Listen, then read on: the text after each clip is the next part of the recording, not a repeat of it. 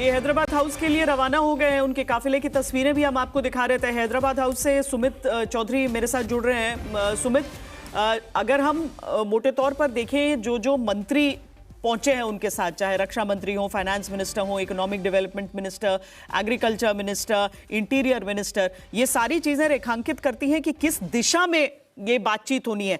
मुख्य रूप से जो एजेंडा, अगर हम इस बातचीत का जो अभी अगले 1 घंटे तक होने वाली है, उनके हैदराबाद हाउस पहुंचने के, क्या है?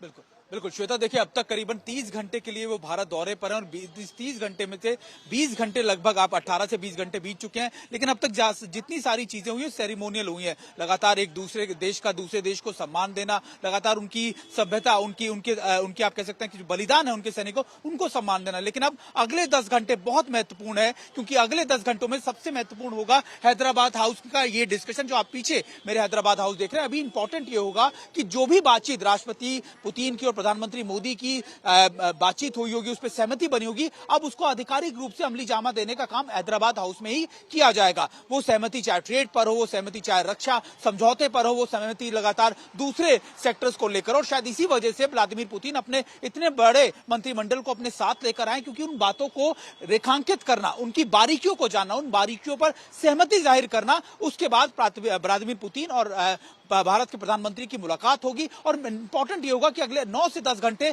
सबसे महत्वपूर्ण है इस विजिट के, क्योंकि अब सारी चीजों को आधिकारिक रूप से जो सहमति बनेगी, उसको कहीं ना कहीं आप आधिकारिक रूप से उसको कागजों पर लेकर आएंगे और ये दुनिया को बताएंगे कि हाँ, एक नए आयाम की तरफ भारत और रूस बढ़ रहे हैं, एक नए कदम की तरफ भारत और रूस बढ़ रहे हैं। और सबसे इंपॉर्टेंट बात यह भी होगी, ये रेसिप्रोकल होगा, यानी भारत कैसे मदद कर सकता है रूस की और रूस कैसे मदद कर सकता है भारत की। आपने कल हमने जो साक्षात्कार दिखाया, जो इंटरव्यू दिखाया व्लादिमीर पुतिन का, उन्होंने उसमें साफ तौर पर कहा कि उनका फोकस सीधे तौर पर है इलेक्ट्रॉनिक, आप कह सकते करेंसी के ऊपर, डिजिटल इकोनॉमी के ऊपर। दुनिया जानती है कि भारत ने जो डिजिटल इंफ्रास्ट्रक्चर तैयार किया है पिछले कुछ ही सालों के अंदर, वो दुनिया के लिए मिसाल है। आपने याद होगा कि यूरोपियन यूनियन का डेलीगेशन आया था, उसने भी इस बात की जाहिर की थी कि भारत ने जो काम अद्भुत किया है डिजिटल इंफ्रास्ट्रक्चर में, वो सबके लिए मिसाल है। तो निश्चित तौर पर भारत भी रूस की कैसे मदद कर सकता है इकोनॉमिक फोरम में, डिजिटल इंफ्रास्ट्रक्चर में, दूसरे चीजों में, ह्यूमन रिसोर्सेज के अंदर, ये सारी चीजें भारत भी रूस के साथ साझा करेगा। और रूस भी निश्चित तौर पर टेक्नोलॉजी ट्रांसफर हो, ट्रेड के अंदर नए,